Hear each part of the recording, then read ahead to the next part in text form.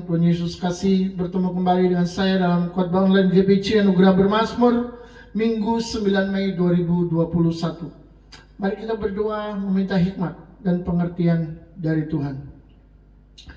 Terima kasih Bapa yang kekasih, kami sangat mengucap syukur dan berterima kasih untuk berkat yang Tuhan sudah berikan kepada kami hingga sampai hari ini.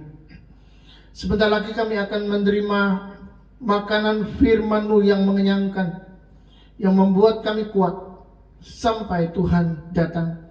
Biarlah Engkau berbicara dan berkata-kata untuk menumbuhkan iman kami, untuk menopang kami, mengangkat kami, mengisi hati kami, hari-hari kami, hidup kami dengan firman-Mu, sehingga Tuhan kami boleh menikmati segala kebaikan, kemurahan-Mu di dalam perjalanan kami, dan kami boleh bersyukur karena Tuhan menyertai kami. Terima kasih Bapa.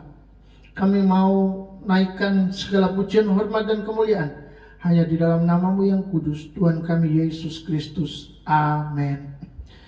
Puji Tuhan, saudara-saudara, kiranya anugerah dan berkat Tuhan serta sejahteranya dikaruniakan kepada kita semua hari ini sampai seterusnya. Saya percaya Tuhan begitu sangat mengasihi kita. Hari ini saya mau sampaikan satu tema firman Tuhan, yakni berseru kepada Tuhan. Saudara, saya yakin bahwa di dalam kehidupan kita pasti punya pengalaman yang namanya berseru. Apa itu berseru? Tentu saja kita semua tahu bahwa berseru itu pasti dilakukan dengan nyaring untuk menarik perhatian orang lain supaya suara kita didengar. Saudara-saudara, seorang papa ingin melatih mental anaknya yang masih sangat kecil. Dia tahu bahwa anaknya ini adalah termasuk golongan anak yang cukup berani. Itu sebabnya suatu kali dia membawa anak ini pergi keluar kota bertamasya dan memasuki sebuah gua yang cukup gelap. Semakin dalam, semakin gelap. Saudara, anak ini tidak merasa takut atau menunjukkan suatu reaksi berlebihan sebagai seorang anak. Dia tenang saja.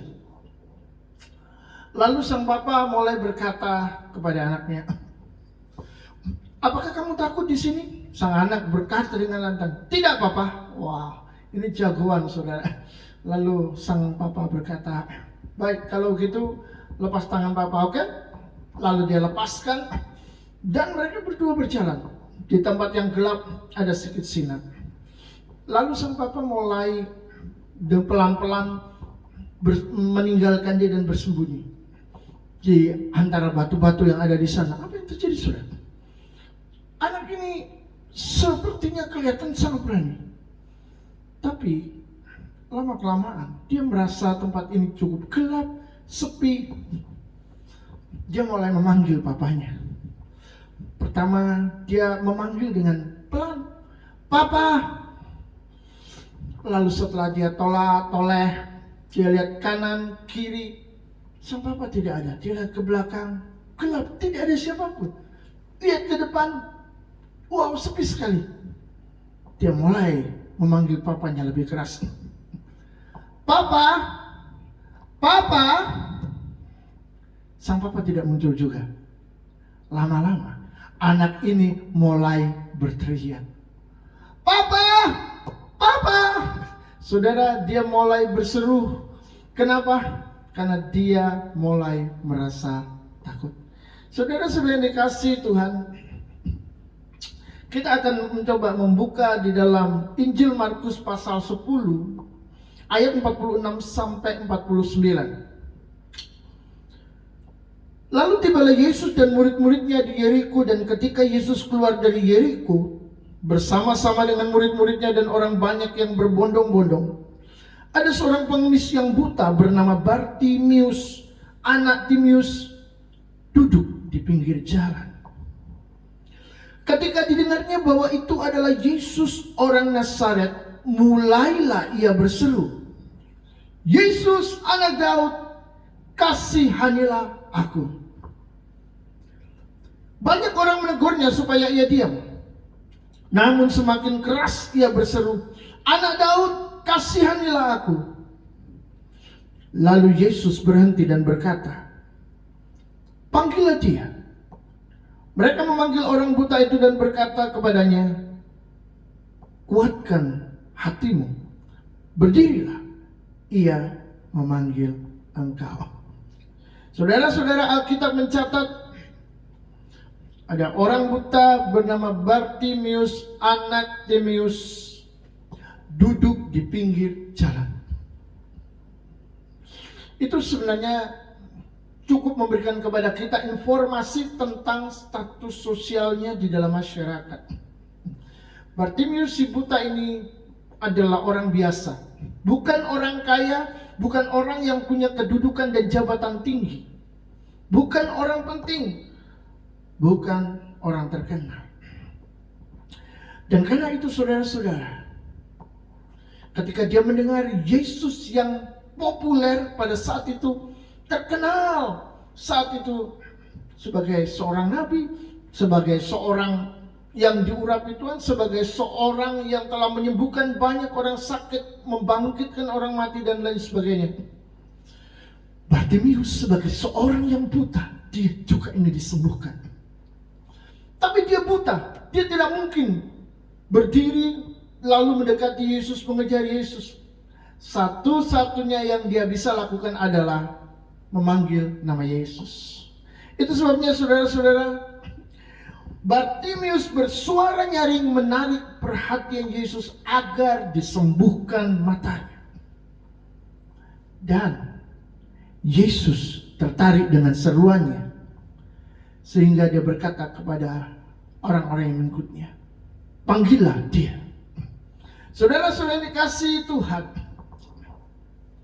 jika Bartimius saat itu hanya menggumam, Yesus datang lagi nih, lumayan juga lah, gua juga butuh disembuhkan, aku juga pengen sembuh, aku juga kepingin melihat lagi.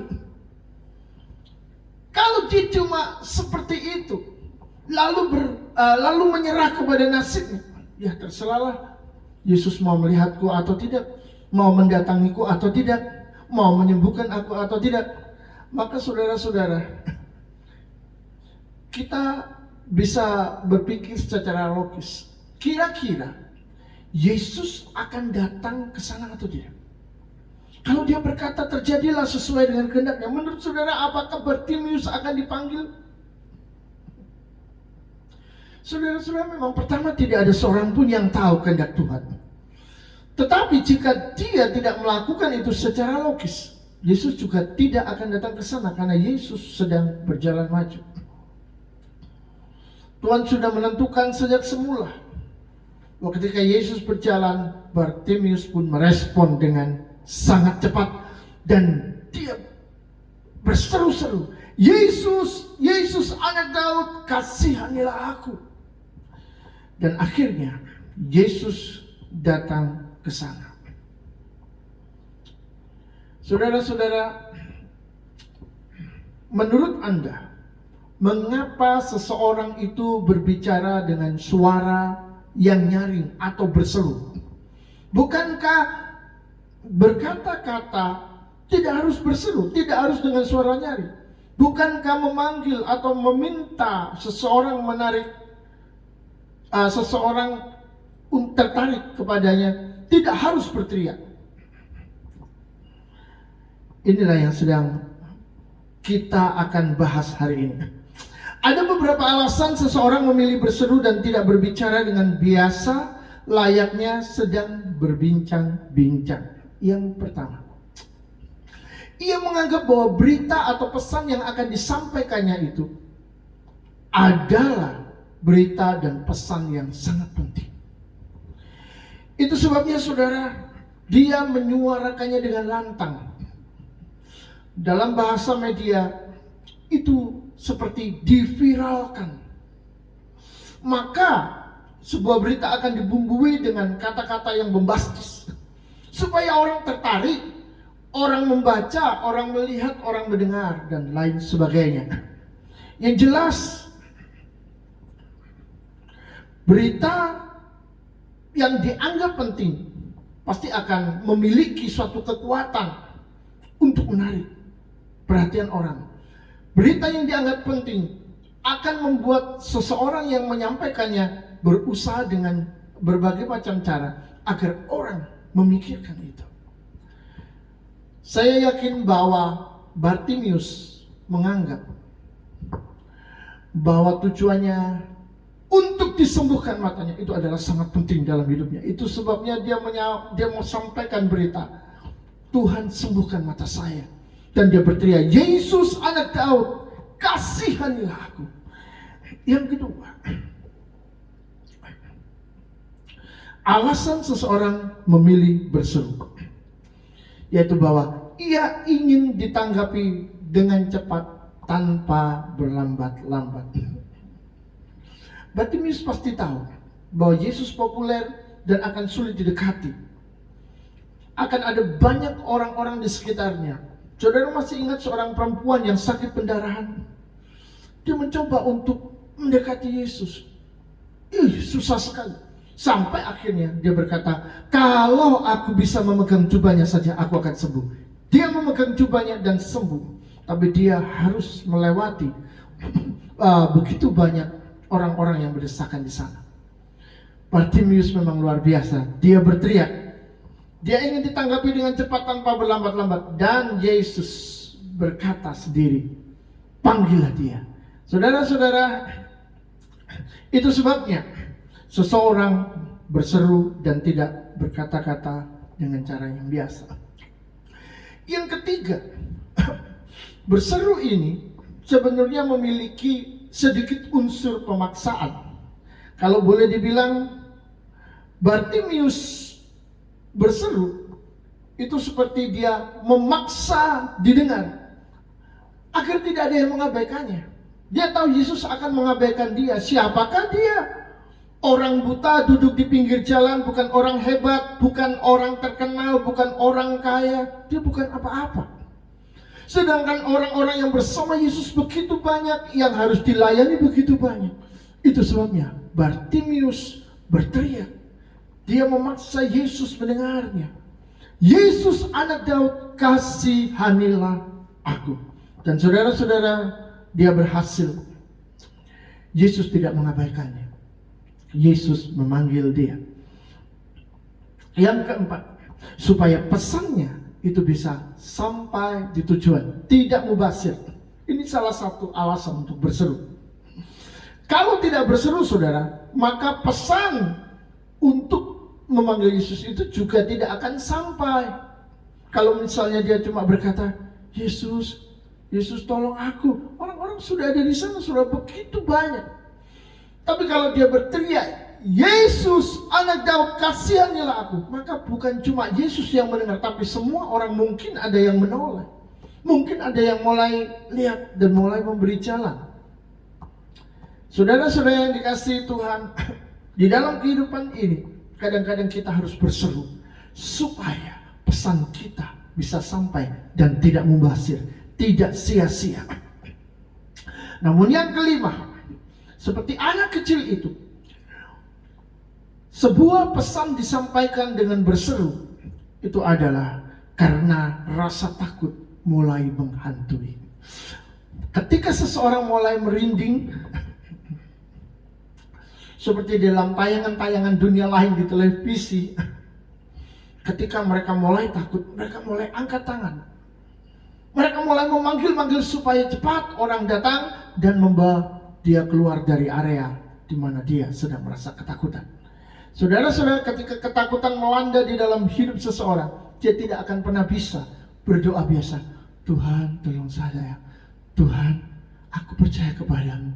Aku menyerah. Tidak bisa, sudah. Ketika ketakutan melanda, dia mungkin akan berteriak, Yesus, tolong saya.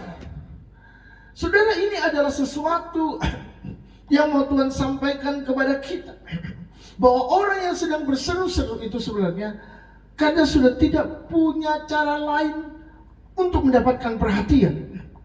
Jadi berseru adalah cara terakhir yang bisa direspon oleh orang lain sehingga dia bisa memperoleh pertolongan. Dan itu sangat luar biasa. Hari ini kita akan belajar tentang berseru kepada Tuhan. Bartimeus ingin didengar dan ditanggapi cepat oleh Yesus sebab ia buta dan tidak bisa mengejar Yesus. Bukankah keadaan kita sebenarnya hampir sama dengan Bartimeus ketika ada di dalam persoalan dan tidak ada harapan lagi? Saudara-saudara, kita juga berusaha untuk didengar oleh Tuhan, ditanggapi dengan cepat oleh Tuhan, sebab kita tidak tahu caranya mengejar Yesus yang tidak terlihat oleh mata jasmani kita. Bukankah hal ini sama? Bartimeus cacat matanya, dia juga tidak bisa melihat Yesus secara fisik, walaupun Yesus ada di sekitarnya secara fisik waktu itu. Mata kita mungkin tidak cacat, mata kita mungkin bisa melihat secara jasmani, tetapi Yesus sudah naik ke surga dan kita tidak bisa melihatnya secara jasmani. Kita hanya bisa percaya dengan iman, melihat Yesus secara rohani di dalam iman kita. Artinya Yesus tidak lagi hadir secara fisik seperti pada zaman Bartimeus. Dan ketika kita ingin bertemu dengannya, kita tidak bisa mencari atau mengejarnya. Keadaan kita hampir sama dengan Bartimeus. Ketika terjepit, kita pun berseru-seru juga. Saudara-saudara, kita memang sama-sama butuh berseru kepada Tuhan, karena kita juga sama-sama tidak melihat Yesus. Tetapi kita punya kesamaan dengan Bartimeus. Kita percaya bahwa Yesus sanggup menolong kita. Yesus sanggup mengerjakan apa yang tidak mampu kita lakukan. Ada kasus di mana seseorang cuma berkata lirih atau bahkan cuma berkeinginan, tapi tiba-tiba Tuhan menjawab doanya. Kembali ke belakang. Jika waktu itu Bartimeus hanya berkata lirih, menggumam atau pasrah, apakah Yesus akan memanggilnya dan menyembuhkan dia? Saudara-saudara, di sini kita akan belajar mengerti kehendak Tuhan melalui peristiwa-peristiwa yang Tuhan sampaikan melalui firman-Nya, melalui Alkitab. Yang jelas, tidak semua sama. Waktu seseorang merindukan sesuatu, dia mulai berkata dalam hatinya, Tuhan, aku menginginkan ini. Dan tiba-tiba yang diinginkannya datang. Maka dia tidak perlu tidak perlu berseru, tidak perlu berteriak kepada Tuhan. Tetapi ada saat di mana Tuhan ingin kita bereaksi sedikit lebih dengan berseru. Jadi ada waktu di mana Tuhan ingin kita bereaksi sedikit lebih dengan berseru. Karena aksi kita itu yang akan membuat reaksi Tuhan atas kita terjadi. Saudara-saudara yang dikasihi Tuhan, mengapa begitu? Kita akan belajar dari kasus ini. Yang pertama, Alkitab memberitahu kita Bartimeus mendapat halangan dari orang banyak yang terganggu kenyamanannya waktu mengeluh-elukan Yesus di sana. Dan orang-orang menyuruhnya diam. Itu pertama kali ketika dia berkata, Yesus, anak Daud, kasihanilah aku. Orang-orang tidak terima. Dia hanya mengganggu, saudara. Tetapi firman Tuhan juga menulis bahwa Bartimeus bukannya tambah berhenti, tetapi tambah keras berseru memanggil nama Yesus. Nah, di dalam Markus 10 ayat 48 dikatakan semakin keras ia berseru, anak Daud, kasihanilah aku, saat orang-orang menegur supaya ia diam.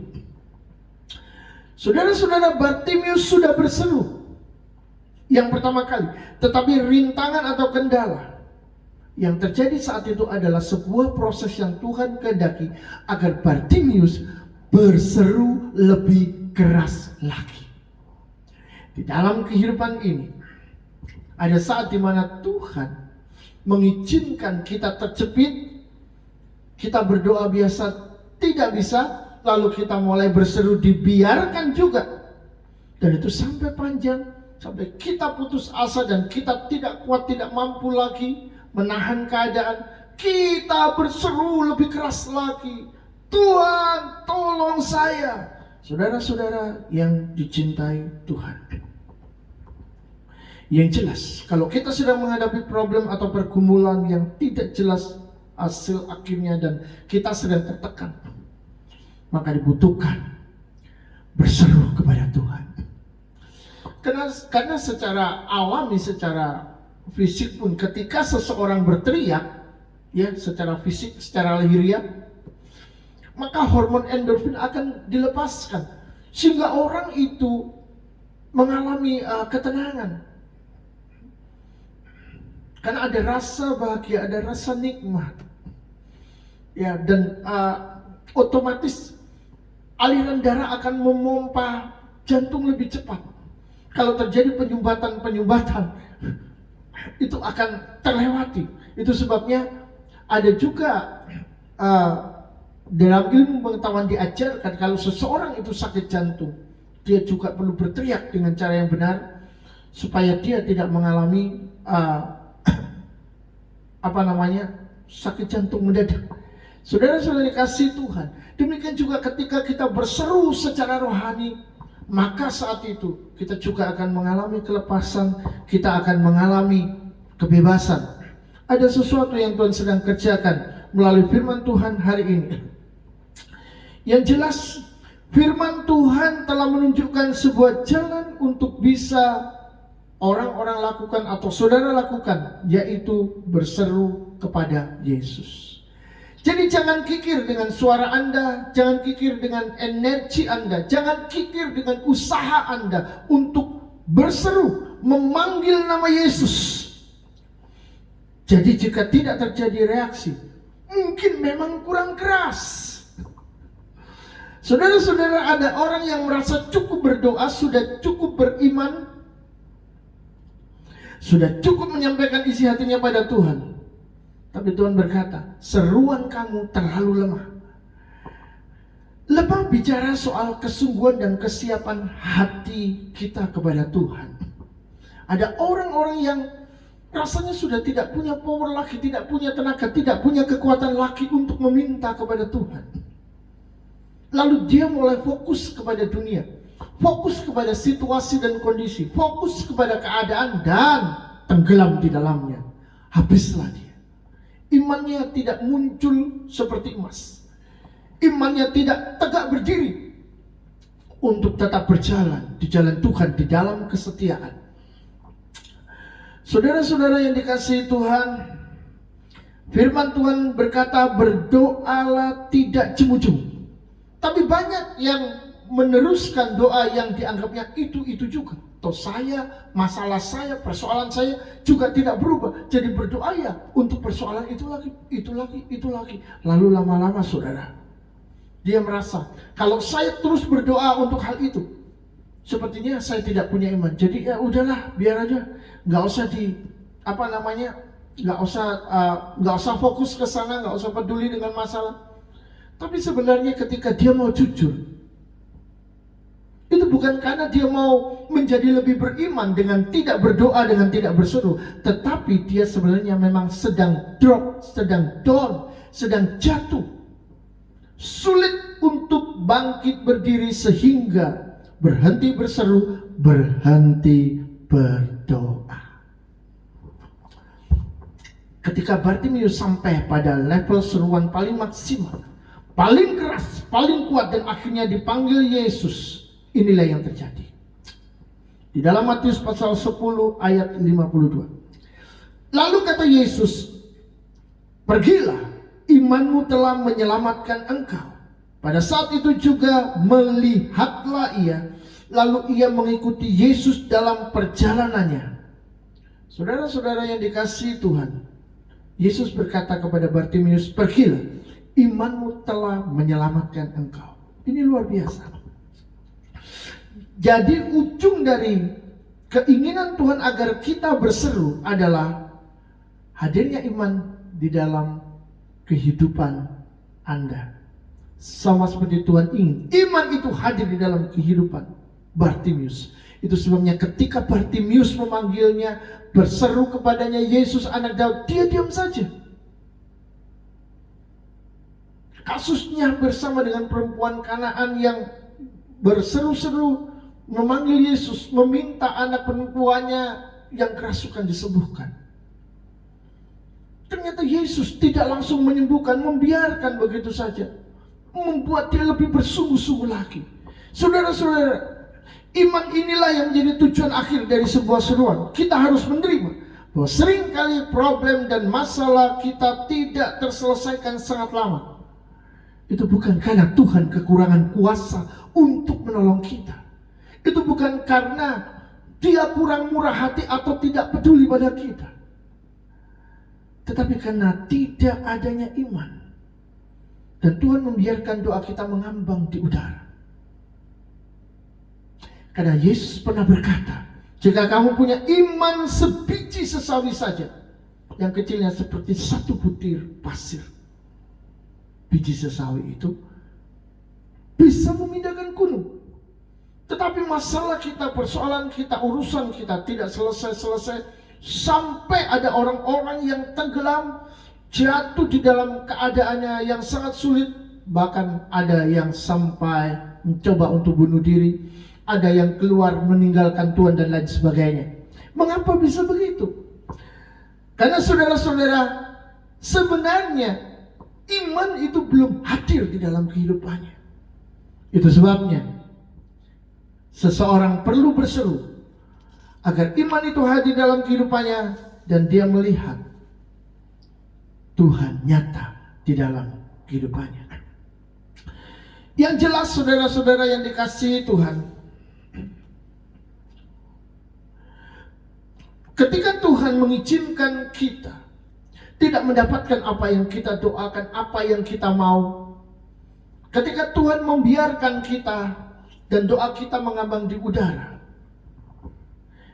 itu karena telah timbul rasa malas berdoa, rasa lelah berkata-kata kepada Tuhan. Benar? Rasa diacukan dan dianggap tidak ada, sampai rasa tidak dicintai oleh Tuhan. Ini sudah parah. Semua bertumpuk jadi satu seperti gado-gado atau sop dengan bermacam-macam sayur, sehingga orang bilang pusing begitu. Pusing, aku pusing gitu. Seakan jalan buntu, tidak ada jalan keluar. Ini menyebabkan orang frustasi dan mengalami kolaps rohani. Cepat bertindaklah dengan bijaksana. Jangan tunda-tunda lagi. Jangan menunda apa? Berserulah kepada Tuhan, karena itu yang Dia kehendaki engkau lakukan. Mengapa? Karena Tuhan ingin saudara bergerak, tidak pasif atau diam saja. Ada saatnya berdiam diri, menyerahkan diri kepada Tuhan, tinggal tenang, sujud berdoa. Tapi jangan salah, Allah kita itu adalah Tuhan yang kreatif. Dia tidak selalu membiarkan kita berada di dalam ketenangan saat bertemu dengan Dia. Tapi ada saat di mana Dia biarkan gelombang naik turun, kita ketakutan, kebingungan, supaya kita berseru-seru kepadanya. Pada saat itu jangan tinggal tenang, diam diri, berdiam diri. Itu tidak akan bisa. Kehidupan iman kita ini dinamis, dinamikanya wow, luar biasa. Tapi kalau kita bisa mengikutinya bersama Tuhan, kita akan menikmati sukacita di dalamnya, karena itu luar biasa. Saudara-saudara yang Tuhan Yesus kasih, Tuhan ingin saudara menjadi kuat dan tidak lemah. Orang yang tidak digoncang oleh gelombang, maka dia tidak akan menunjukkan reaksi dan respon apapun. Dia akan menjalani kehidupan ini sebagai perjalanan yang biasa-biasa saja. Tapi orang yang digoncang dengan gelombang, dia akan menjadi orang yang kuat dan tidak lemah. Karena itu seperti seorang tentara sedang digembleng di dalam ketentaraan untuk menjadi seorang prajurit yang hebat, prajurit yang kuat dan luar biasa. Tuhan ingin Seseorang itu bertumbuh di dalam iman dan menjadi sempurna melalui proses yang sedang terjadi. Itu sebabnya, jangan marah. Jangan berkata, Tuhan tidak adil, mengapa saya diizinkan mengalami hal ini. Orang-orang luar biasa selalu timbul dari penderitaan, kesusahan, kesulitan, dan kesukaran hidup yang luar biasa. Karena ketika mereka bisa mengatasi semua itu, mereka berdiri sebagai seorang pemenang. Saudara-saudara, Tuhan ingin saudara tidak berhenti memanggilnya, agar semakin fokus padanya, bukan tenggelam di dalam masalah dan persoalan pribadi saudara. Sekali lagi, Tuhan ingin kita terus berhubungan dengan Dia.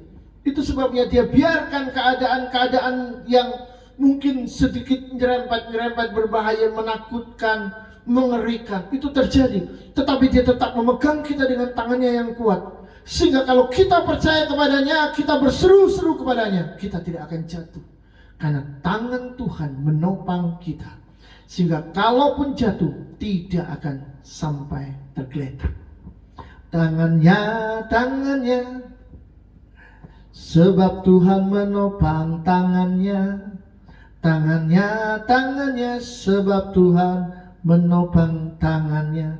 Saudara-saudara, kalau kita ditopang oleh Tuhan, maka kita akan tetap berdiri walaupun kita sadar kita sebenarnya sudah tidak mampu, sudah tidak bisa lagi bertahan. Semua itu adalah pekerjaan Tuhan yang luar biasa di dalam kehidupan kita. Itu sebabnya berserulah sampai Ia menjawab pergumulan saudara.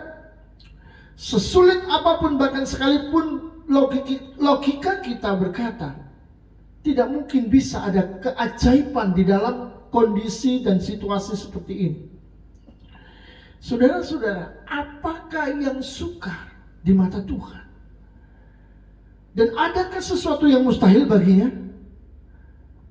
Kalau kita percaya tidak ada yang mustahil baginya, mengapa kita berpikir bahwa ada keadaan-keadaan tertentu, ada persoalan tertentu yang Tuhan tidak akan mengubahnya, di mana Tuhan akan membiarkan itu tetap seperti itu karena memang tidak bisa diubah.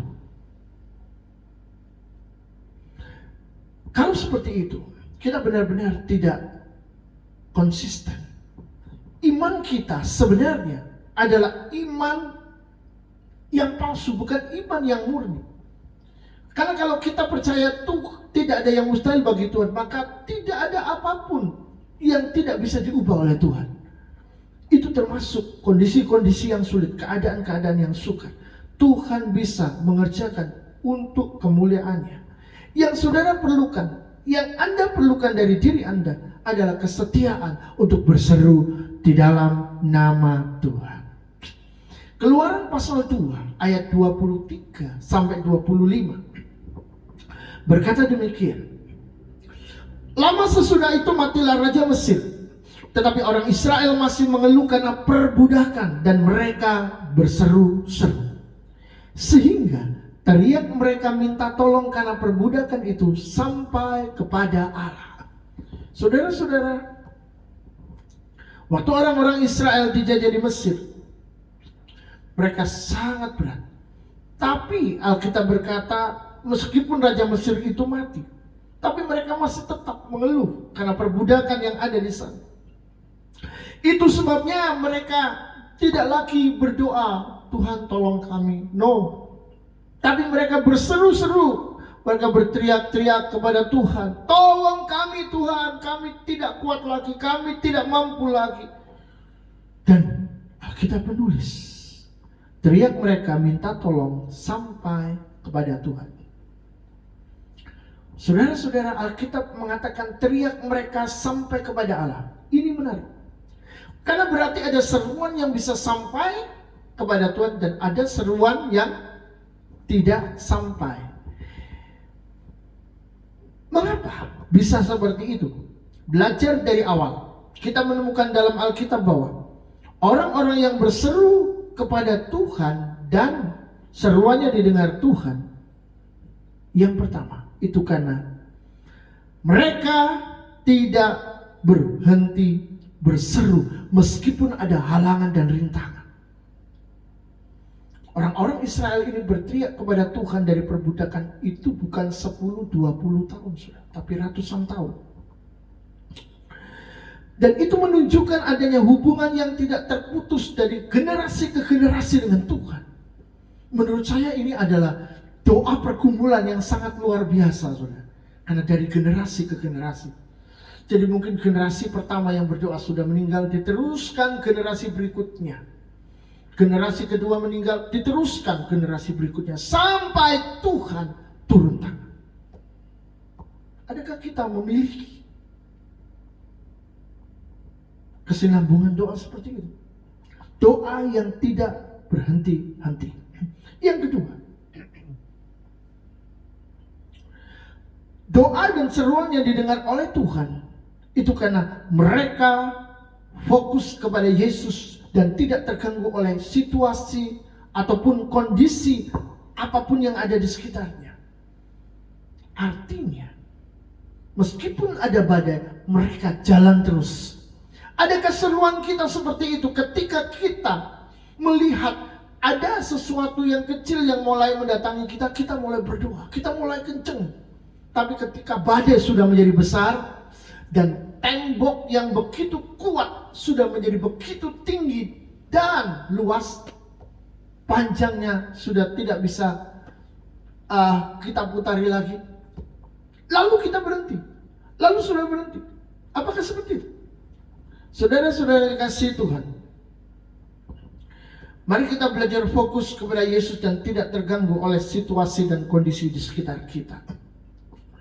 Walaupun ini zaman pandemi, pekerjaan tidak semudah yang dulu. Percayalah, selalu ada jalan, selalu ada pintu yang dibuka untuk Tuhan mengalirkan berkat-berkat-Nya kepadamu, kepadaku, kepada kita semua.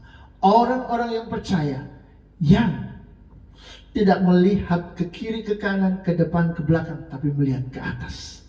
Karena di sanalah pintu sorga dibuka, berkat-berkat pun mengalir untuk mencukupkan segala kebutuhan kita di bumi ini. Di dalam pertolongannya kita bisa melewati apapun yang sedang terjadi. Yang ketiga, saudara-saudara, orang-orang yang berseru kepada Tuhan dan doanya didengar adalah mereka yang hatinya melekat sepenuhnya kepada Yesus sejak semula, bukan setengah hati. Ketika Bartimius disembuhkan oleh Tuhan, firman Tuhan berkata, lalu dia mengikut Yesus. Saudara-saudara, ada orang-orang yang kelihatannya berseru-seru, berteriak, meminta-minta tolong, tapi putus di tengah jalan, berhenti di tengah jalan. Kenapa? Karena sebenarnya pertama kali dia berseru kelihatan dia sepenuh hati, tapi sebenarnya dia belum sepenuh hati.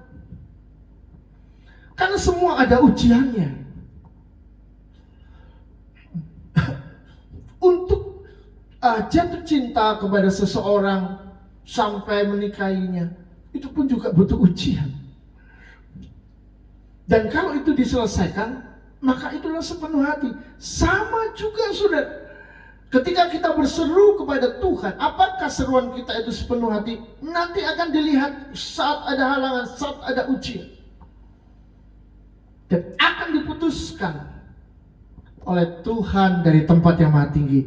Orang ini adalah orang yang berhak menerima berkat-Ku, orang yang berhak menerima kasih karunia-Ku. Atau orang ini adalah orang yang gagal, minggir, berseru di awal-awal, lantang di awal-awal, keras, sungguh-sungguh, sikapnya, imannya luar biasa. Di tengah jalan, ya, saudara-saudara, kita akan mengalami kerugian jika seperti itu. Yang keempat, kita melihat bahwa orang-orang yang berseru kepada Tuhan, didengar oleh Tuhan adalah mereka yang mau bergerak mencari Tuhan dan bukannya berdiam diri, pasrah merenungi nasibnya. Saudara-saudara, ketika Tuhan izinkan keadaan yang tidak baik, tidak enak ada di sekitar kita, itu supaya kita bergerak dan tidak berdiam diri. Bergerak bagaimana? Lari-lari, memutari gelora, stadion, atau memutari jalan, bukan. Atau lari-lari ke depan, ke belakang, ke depan, ke belakang. Orang bilang ini rada bermasalah karena sudah engsel di otaknya sudah mulai goyah nih. Karena pandemi, karena masalah-masalah yang terjadi. Bukan, tentu bukan itu. Tetapi bergerak mencari Dia, bergerak untuk semakin dekat dengan Tuhan, belajar mengenal Dia, berseru-seru lebih bersungguh-sungguh lagi. Yesus tolong saya. Tapi saudara, dia bukan cuma berkata Yesus tolong saya, tetapi hatinya pun melekat kepada Tuhan. Seperti Bartimius. Karena setelah terjadi, dia tidak pergi meninggalkan Yesus, tapi dia tetap ikut. 10 orang kusta disembuhkan oleh Yesus di tengah jalan. Hanya satu yang hatinya melekat dan kembali. Dan Tuhan berkata, imanmu menyelamatkan engkau. Dia bukan cuma terima kesembuhan, tapi dia terima keselamatan. Yang lain hanya terima kesembuhan. Kenapa? Yang lain hatinya tidak melekat. Yang satu orang kena kusta ini hatinya melekat kepada Tuhan. Saudara-saudara, marilah kita memiliki hati yang melekat kepada Tuhan. Karena orang yang mau bergerak mencari Tuhan, bukan cuma pasrah dan berdiam diri merenungi nasib, adalah seorang yang berkenan dan dicintai oleh Tuhan. Carilah Tuhan selama masih ada waktu. Tetapi kita pun harus tahu bahwa seruan tidak selalu didengar. Mengapa? Pertama, karena ada dosa yang tidak dibereskan dengan Tuhan. Dan itu menyebabkan seruan itu tidak sampai kepada Tuhan. Yesaya 59 ayat 1 sampai 2. Sesungguhnya tangan Tuhan tidak kurang panjang untuk menyelamatkan, dan pendengarannya tidak kurang tajam untuk mendengar. Tetapi yang merupakan pemisah antara kamu dan Allahmu ialah segala kejahatanmu, dan yang membuat Dia menyembunyikan diri terhadap kamu sehingga Ia tidak mendengar ialah segala dosamu. Saudara-saudara, dosa adalah satu-satunya yang menghalangi kita untuk berseru-seru kepada Tuhan. Itu sebabnya kenapa seseorang seringkali merasa dia sudah berdoa puasa, dia sudah bersungguh-sungguh, dia sudah merasa melakukan apapun agar Tuhan mendengar doanya, tetapi tidak pernah ada respon dari Tuhan. Tidak pernah ada sesuatu yang membuat dia merasa, oh Tuhan sudah mendengar doa saya. Saudara-saudara, ada dosa yang mungkin Tuhan ingin kita bereskan, tapi kita tidak mau membereskannya. Jadi kita cuma berseru kepada Tuhan, tapi kita tidak bertobat. Berseru itu juga bertobat. Karena berseru kepada Tuhan itu berarti mencari Tuhan, mengikuti Tuhan, menjadi seperti yang Tuhan inginkan. Lalu bagian yang dikerjakan Tuhan adalah Dia menolong kita, Dia menyelamatkan kita, dan Dia mengerjakan segala sesuatu untuk kita. Saudara-saudara, yang kedua, kita akan belajar di sini bahwa seruan tanpa semangat melakukan kehendak Allah menyebabkan Tuhan tidak mendengar seruan kita. Di dalam Matius pasal 7 ayat 21 dikatakan, bukan setiap orang yang berseru kepadaku Tuhan, Tuhan akan masuk ke dalam kerajaan surga, melainkan dia yang melakukan kehendak Bapa-Ku yang di surga. Saudara, berseru kepada Tuhan tidak dimaksudkan hanya untuk berteriak-teriak di dalam doa sekeras-kerasnya agar didengar Tuhan. Karena bicara tanpa berkata-kata, di dalam hati saja Tuhan sudah mendengar kok. Justru kalau kita berdoa keras-keras, yang mendengar malah tetangga dan orang-orang di sekitar kita. Dan itu malah bisa menimbulkan masalah. Nanti di luaran sana, tiba-tiba mereka melihat kita. Dan kita nggak tahu ngapain ya orang-orang ini melihat kita.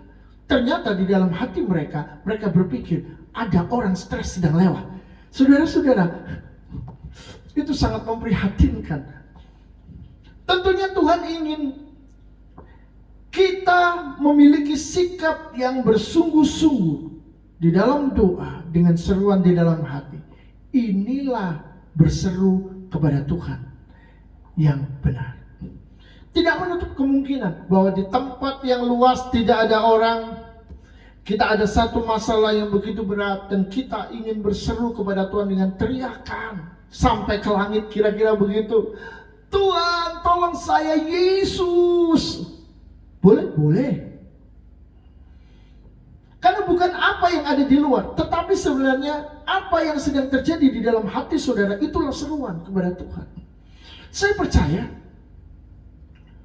bahwa Hana, ibu daripada Samuel, saat itu mulutnya cuma komat kamit biasa, tapi sebenarnya di dalam hatinya dia menangis dan dia hancur hati. Saya percaya saat itu dia sedang berseru-seru kepada Tuhan. Dan akhirnya Tuhan memberikan seorang anak yang luar biasa, yang akhirnya menjadi hakim di Israel. Samuel yang mengurapi para raja. Saudara-saudara yang dicintai Tuhan, kehidupan yang Tuhan kehendaki adalah kehidupan yang bergerak dalam semangat bersekutu. Sekali lagi, kehidupan yang Tuhan kehendaki adalah kehidupan yang bergerak dalam semangat bersekutu, bergumul dan berseru mengharapkan hal-hal besar dilakukan Tuhan di muka bumi ini. Semangat melakukan kehendak Allah itu juga jangan dilupakan, supaya doa kita didengar oleh Tuhan. Di dalam Yeremia 33 ayat yang ketiga, firman Tuhan berkata, berserulah kepadaku, maka aku akan menjawab engkau dan akan memberitahukan kepadamu hal-hal yang besar dan yang tidak terpahami, yakni hal-hal yang tidak kau ketahui.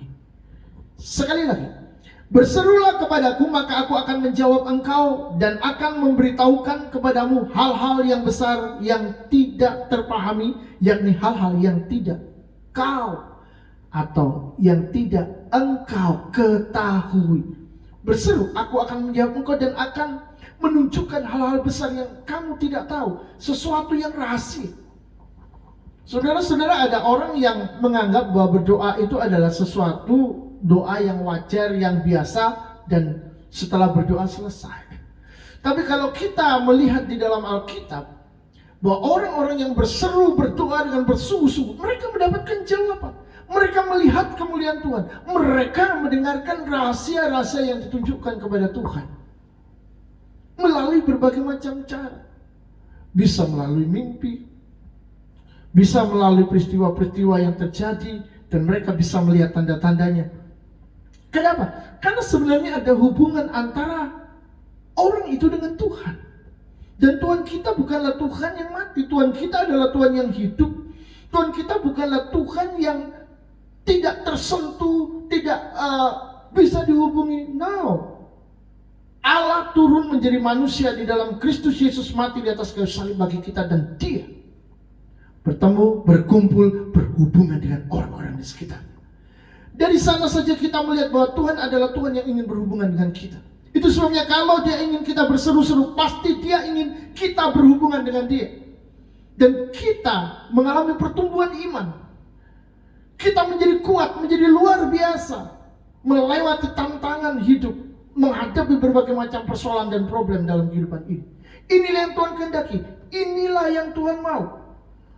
Dan kalau kita berdoa dan bersungguh-sungguh, Tuhan pun juga akan menunjukkan kepada kita hal-hal yang tidak kita ketahui, hal-hal mungkin yang akan datang, rahasia-rahasia yang orang lain tidak tahu. Tetapi saudara, orang-orang yang bisa tahu, bukan karena dia hebat atau tidak, tetapi karena dia terus berhubungan dengan Tuhan. Musa berseru-seru kepada Tuhan dan Tuhan menunjuk kayu untuk mengubah air pahit menjadi manis.